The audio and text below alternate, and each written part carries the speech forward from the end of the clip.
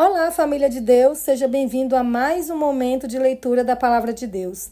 Hoje vamos ler Marcos, capítulo 7 a 9, um trecho cheio de milagres, de revelações e ensinamentos profundos de Jesus. Aqui vemos o Senhor curando, alimentando multidões e mostrando aos discípulos quem Ele realmente é. É um convite para renovar a fé, para entender que o verdadeiro poder de Deus não está só nos milagres, mas na transformação do coração. Então, pegue sua Bíblia, se prepara e vamos juntos meditar nessa leitura que revela o amor e a autoridade de Cristo. Vamos começar fazendo uma oração. Santo Deus e nosso Pai que estás nos céus, agora, Senhor, que estamos diante da Tua palavra, que o Senhor nos dê concentração, que o Senhor nos batize com o Teu Espírito Santo, para ouvirmos e compreendermos a Tua palavra. Que tudo que lermos aqui, Pai, venha transformar a nossa vida. Abençoe nossas famílias. Em nome de Jesus pedimos e agradecemos. Amém. Bíblia aberta, Marcos capítulo 7. Jesus e a tradição dos anciãos. Os fariseus e alguns escribas, vindos de Jerusalém, reuniram-se em volta de Jesus. Eles viram que alguns dos discípulos de Jesus comiam pão com as mãos impuras, isto é, sem lavar. Porque os fariseus e todos os judeus, observando a tradição dos anciãos, não comem sem lavar cuidadosamente as mãos. Quando voltam da praça, não comem sem se lavar. E há muitas outras coisas que receberam para observar, como a lavagem de copos, jarros e vasos de metal e camas. Os fariseus e os escribas perguntaram a Jesus: por que os seus discípulos não vivem conforme a tradição dos anciãos, mas comem com as mãos impuras? Jesus respondeu: bem profetizou Isaías a respeito de vocês, hipócritas. Como está escrito: este povo me honra com os lábios, mas o seu coração está longe de mim. E em vão me adoram, ensinando doutrinas que são preceitos humanos. Rejeitando o mandamento de Deus, vocês guardam a tradição humana. E disse-lhes ainda: vocês sempre encontram uma maneira de rejeitar o mandamento de Deus para guardarem a própria tradição. Pois Moisés disse: honre o seu pai e a sua mãe, e quem maldisser o seu pai ou a sua mãe, seja punido de morte. Vocês, porém, dizem que, se alguém disser ao seu pai ou à sua mãe: a ajuda que você poderia receber de mim é corbã, isto é, oferta ao Senhor. Então vocês o dispensam de fazer qualquer coisa em favor do seu pai ou da sua mãe, invalidando a palavra de Deus por meio da tradição que vocês mesmos passam de pai para filho, e fazem muitas outras coisas semelhantes. E convocando outra vez a multidão, Jesus disse: escutem todos e entendam. Não existe nada fora da pessoa que, entrando nela, possa contaminá-la, mas o que sai da pessoa é o que a contamina. Se alguém tem ouvidos para ouvir, ouça. Quando entrou em casa, deixando a multidão, os seus discípulos o interrogaram a respeito da parábola. Jesus lhes disse: então vocês também não entendem? Não compreendem que tudo que está fora da pessoa, entrando nela, não a pode contaminar, porque não entra no coração dela, mas no estômago e depois é eliminado? E assim Jesus considerou puros todos os alimentos e dizia: o que sai da pessoa, isso é o que a contamina, porque de dentro do coração das pessoas é que procedem os maus pensamentos, as imoralidades sexuais, os furtos, os homicídios, os adultérios, a avareza, as maldades, o engano, a libertinagem, a inveja, a blasfêmia, o orgulho, a falta de juízo. Todos estes males vêm de dentro e contaminam a pessoa. A mulher Ciro-fenícia. Levantando-se Jesus, saiu dali e foi para as terras de Tiro e Sidom. Tendo entrado numa casa, não queria que ninguém soubesse onde ele estava. No entanto, não pôde ocultar-se, porque uma mulher cuja filhinha estava possuída de espírito imundo, logo ouviu falar a respeito de Jesus. Ela veio e se ajoelhou aos pés dele. Essa mulher era estrangeira, de origem Ciro-fenícia, e pedia a Jesus que expulsasse o demônio da sua filha. Mas Jesus lhe disse: deixe primeiro que os filhos se fartem, porque não é correto pegar o pão dos filhos e jogá-los aos cachorrinhos. A mulher respondeu a ele: Senhor, os cachorrinhos debaixo da mesa comem das migalhas das crianças. Então Jesus disse à mulher: Por causa desta palavra, você pode ir. O demônio já saiu da sua filha. Quando a mulher voltou para casa, achou a menina sobre a cama, pois o demônio tinha saído dela. A cura de um surdo e gago. De novo, Jesus se retirou das terras de Tiro e foi para Sidom, até o mar da Galileia, através do território de Decápolis. Então lhe trouxeram um surdo e gago e lhe suplicaram que impusesse as mãos sobre eles. Jesus, tirando-o da multidão à parte, pôs os dedos nos ouvidos dele, depois, cuspindo, aplicou saliva na língua do homem. Então, erguendo os olhos ao céu, suspirou e disse: Efatá, que quer dizer, abra-se. E logo os ouvidos do homem se abriram, e o empecilho da língua se soltou, e ele falava sem dificuldade. Jesus lhes ordenou que não contassem isso a ninguém. Porém, quanto mais recomendava, tanto mais eles o divulgavam. Ficavam muito admirados, dizendo: tudo ele tem feito muito bem. Faz até os surdos ouvirem e os mudos falarem. A segunda multiplicação de pães e peixes. Naqueles dias, quando outra vez se reuniu grande multidão e não tendo o que comer, Jesus chamou os discípulos e lhes disse: Tenho compaixão desta gente, porque já faz 3 dias que eles estão comigo e não têm o que comer. Se eu os mandar para casa em jejum, desfalecerão pelo caminho. E alguns deles vieram de longe. Mas os discípulos lhe responderam: Como poderá alguém saciá-los de pão neste deserto? Então Jesus perguntou: Quantos pães vocês têm? Eles responderam: 7. Então mandou o povo assentar-se no chão. E pegando os 7 pães, partiu-os, após ter dado graças, e os deu aos seus discípulos, para que estes os distribuíssem, repartindo entre o povo. Tinham também alguns peixinhos, e abençoando-os, mandou que estes igualmente fossem distribuídos. Comeram e se fartaram, e dos pedaços restantes recolheram 7 cestos. Eram cerca de 4.000 homens. Então Jesus os despediu. Logo a seguir, tendo entrado no barco juntamente com os seus discípulos, foi para a região de Dalmanuta. O pedido por um sinal. Os fariseus chegaram e começaram a discutir com Jesus. E tentando, pediram-lhe um sinal vindo do céu. Jesus, porém, arrancou do íntimo do seu espírito um gemido e disse: Por que esta geração pede um sinal? Em verdade lhes digo que nenhum sinal será dado a esta geração. E deixando-os, tornou a embarcar e foi para o outro lado. O fermento dos fariseus e o fermento de Herodes. Ora, os discípulos se esqueceram de levar pão e no barco não tinham consigo senão um só. Jesus os preveniu, dizendo: Fiquem atentos e tomem cuidado com o fermento dos fariseus e com o fermento de Herodes. E eles começaram a discutir entre si, dizendo: Ele diz isso porque não temos pão. Jesus percebeu isso e perguntou: Por que vocês estão discutindo sobre o fato de não terem pão? Vocês ainda não percebem nem compreendem? Têm o coração endurecido? Tendo olhos não veem e tendo ouvidos não ouvem? Não se lembram de quando partiu os 5 pães para os 5.000? Quantos cestos cheios de pedaços vocês recolheram?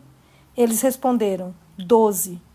E de quando partiu os 7 pães para os 4.000? Quantos cestos cheios de pedaços vocês recolheram? Responderam: 7. Ao que Jesus lhes disse: Vocês ainda não compreendem? A cura de um cego em Betsaida. Então chegaram a Betsaida e lhe trouxeram um cego e pediram a Jesus que tocasse nele. Jesus, tomando o cego pela mão, levou-o para fora da aldeia. Então cuspiu nos olhos do homem e, impondo-lhes as mãos, perguntou: Você vê alguma coisa? O homem, recuperando a visão, respondeu: Vejo pessoas, mas elas parecem árvores que andam. Então Jesus novamente pôs as mãos sobre os olhos dele. E o homem, passando a ver claramente, ficou restabelecido e distinguia tudo de modo perfeito. E Jesus o mandou para casa, recomendando-lhe: Não entre na aldeia. A confissão de Pedro. Então Jesus e os seus discípulos foram para as aldeias de Cesareia de Filipe. No caminho perguntou-lhes: Quem os outros dizem que eu sou? Os discípulos responderam: Uns dizem que é João Batista, outros dizem que é Elias, E ainda outros dizem que é um dos profetas. Então Jesus perguntou: E vocês, quem dizem que eu sou? Respondendo-lhe Pedro, lhe disse: O Senhor é o Cristo. Então Jesus os advertiu de que a ninguém dissessem tal coisa a seu respeito. Jesus prediz a sua morte e ressurreição. Então Jesus começou a ensinar-lhes que era necessário que o Filho do Homem sofresse muitas coisas, fosse rejeitado pelos anciãos, pelos principais sacerdotes e pelos escribas, fosse morto e que depois de 3 dias ressuscitasse. E isto ele expunha claramente.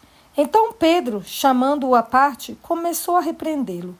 Mas Jesus, voltando-se e vendo os seus discípulos, repreendeu Pedro e disse: Saia da minha frente, Satanás, porque você não leva em consideração as coisas de Deus, e sim as dos homens. Tome a sua cruz.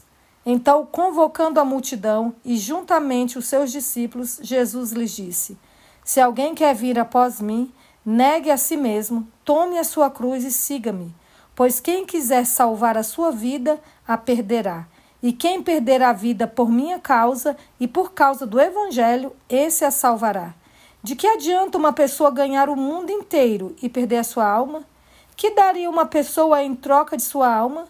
Pois quem nessa geração adúltera e pecadora se envergonhar de mim e das minhas palavras, também o Filho do Homem se envergonhará dele, quando vier na glória do seu Pai com os santos anjos. Dizia-lhes ainda: Em verdade lhes digo que dos que aqui se encontram, existem alguns que não passarão pela morte, até que vejam ter chegado com poder o reino de Deus. A transfiguração de Jesus. 6 dias depois, Jesus tomou consigo Pedro, Tiago e João e os levou, em particular, a sós a um alto monte. E Jesus foi transfigurado diante deles. As suas roupas se tornaram resplandecentes, de um branco muito intenso, como nenhum lavandeiro no mundo as poderia alvejar. E lhes apareceu Elias com Moisés, e estavam falando com Jesus.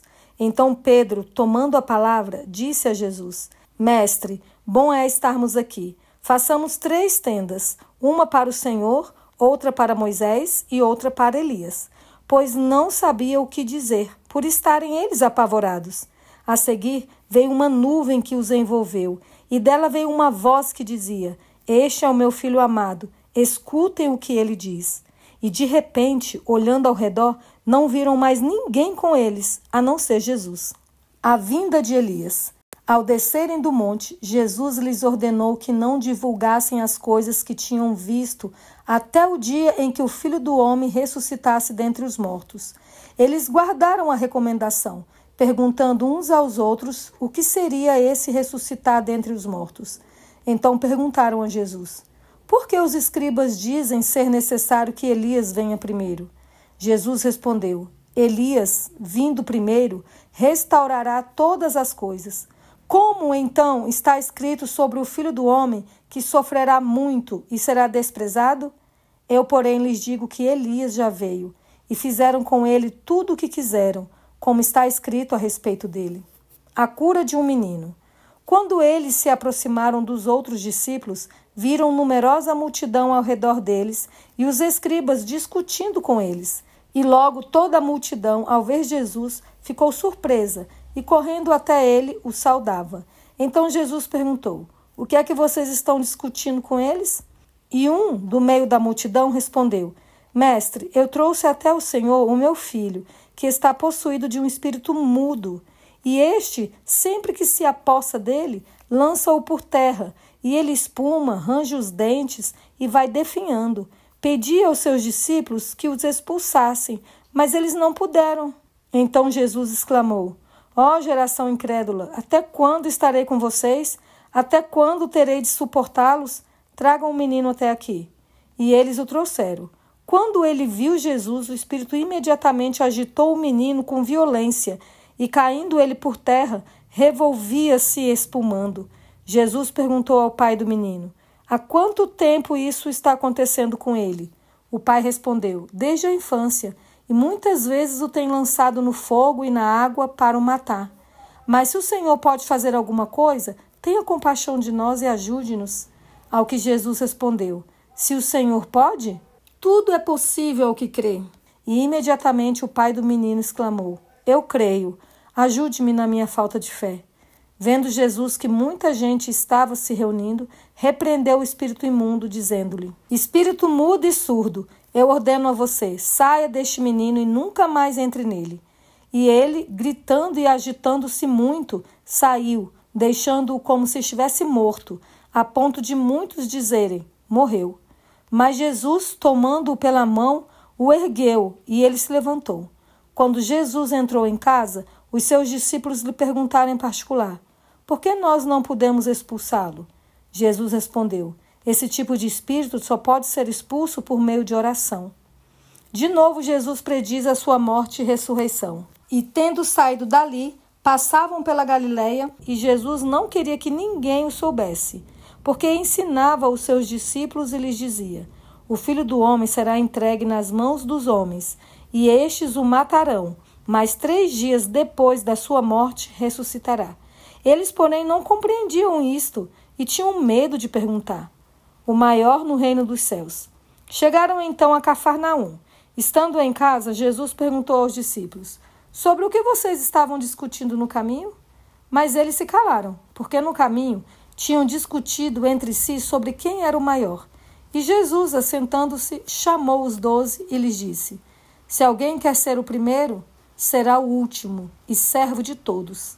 Trazendo uma criança, colocou-a no meio deles e, tomando-as nos braços, disse-lhes: Quem receber uma criança, tal como esta, em meu nome, recebe a mim.